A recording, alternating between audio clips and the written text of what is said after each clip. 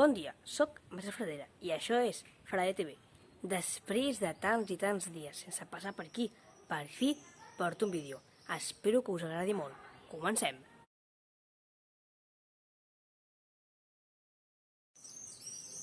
Avui us porto dues notícies que per mi són les notícies que s'han fet més ressò durant aquesta setmana, o les que són també més divertides. La primera és que per fi encetem ja la setmana passada, vam encetar el mes de juny. Què vol dir això? Doncs que ja comença a arribar la calor. El dia 21 de juny comença l'estiu i les platges de Sant Feliu de Guíxols, per exemple, però d'altres municipis també, s'ha començat a notar. Tenim una imatge en directe des de Sant Feliu de Guíxols que la veurem en seguida que acabi de parlar, on veiem que a la platja hi ha bastanta gent perquè, com es deia, fa moltíssima i moltíssima calor. La gent el que busca ara és llocs on poder-se refrescar, i un d'aquests llocs pot ser una platja, com per exemple Sant Feliu de Guíxols. La imatge és la següent.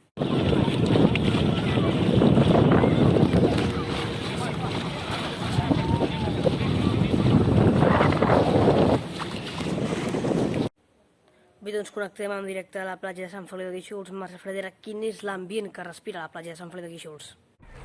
Bé, doncs sí, en un cap de setmana on fa moltíssima calor, doncs la gent ha volgut anar a la platja, en un lloc per refrescar-se. Nosaltres hem anat a Sant Feliu de Guíxols i ara a la Cala Canyarets i hem vist que hi ha bastanta gent. I això només és quan encara no ha arribat ni l'estiu, o sigui, imagineu-vos quan arribi a l'estiu.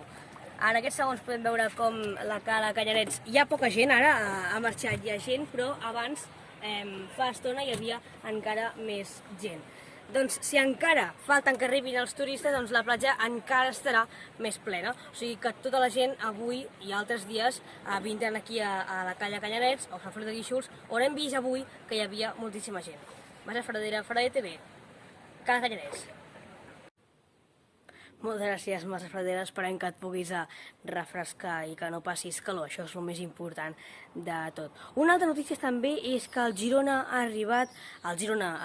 Futbol Club ha arribat a la final del play-off, o sigui que es veurà qui serà l'equip que pujarà a primera divisió. S'enfrontaran el Rayo Vallecano contra el Girona Futbol Club. Demà, diumenge, juguen a Vallecas, al camp del Rayo. El Girona anirà al camp del Rayo a disputar un partit i després, a la tornada, aniran a Montilivi, que allà sí que serà definitivament qui serà l'equip que pujarà a primera. Connectem en directe amb Marta Fradera a Montilivi perquè ens ho expliqui tot més detalladament.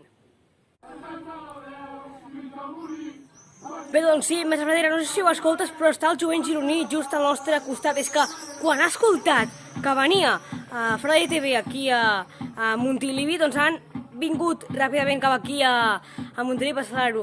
El que sí que us volia dir és que el Girona es jugarà contra el Rayo Vallecano anada i tornada. I aquí a Montilivi se sabrà quin serà el resultat si el Girona aconsegueix pujar a primera divisió. El Girona és un dels equips que ha estat més vegades al play-off i no ha aconseguit pujar cap vegada a primera divisió amb el play-off. El Girona Futbol Club ha pujat una vegada i no ha sigut gràcies al play-off. Aquesta vegada esperem aconseguir-ho. Marta Fradera, Fradera TV, Montilivi. Déu-n'hi-do, Marta Fradera, quina festa que teniu a Montilivi. Esperem que el Girona Futbol Club pugi a primera divisió, que s'ho mereix molt, la veritat. Esperem que aquest vídeo us hagi agradat molt. Arribem ja a la part final del vídeo. Esperem que us hagi agradat moltíssim, sobretot aquest cap de setmana i els dies que queden d'estiu. Disfruteu molt de la platja, de la família i dels amics. Nosaltres ho deixem aquí i acabem amb un himne molt especial, amb l'himne del Girona Futbol Club. Que vagi bé. Adéu.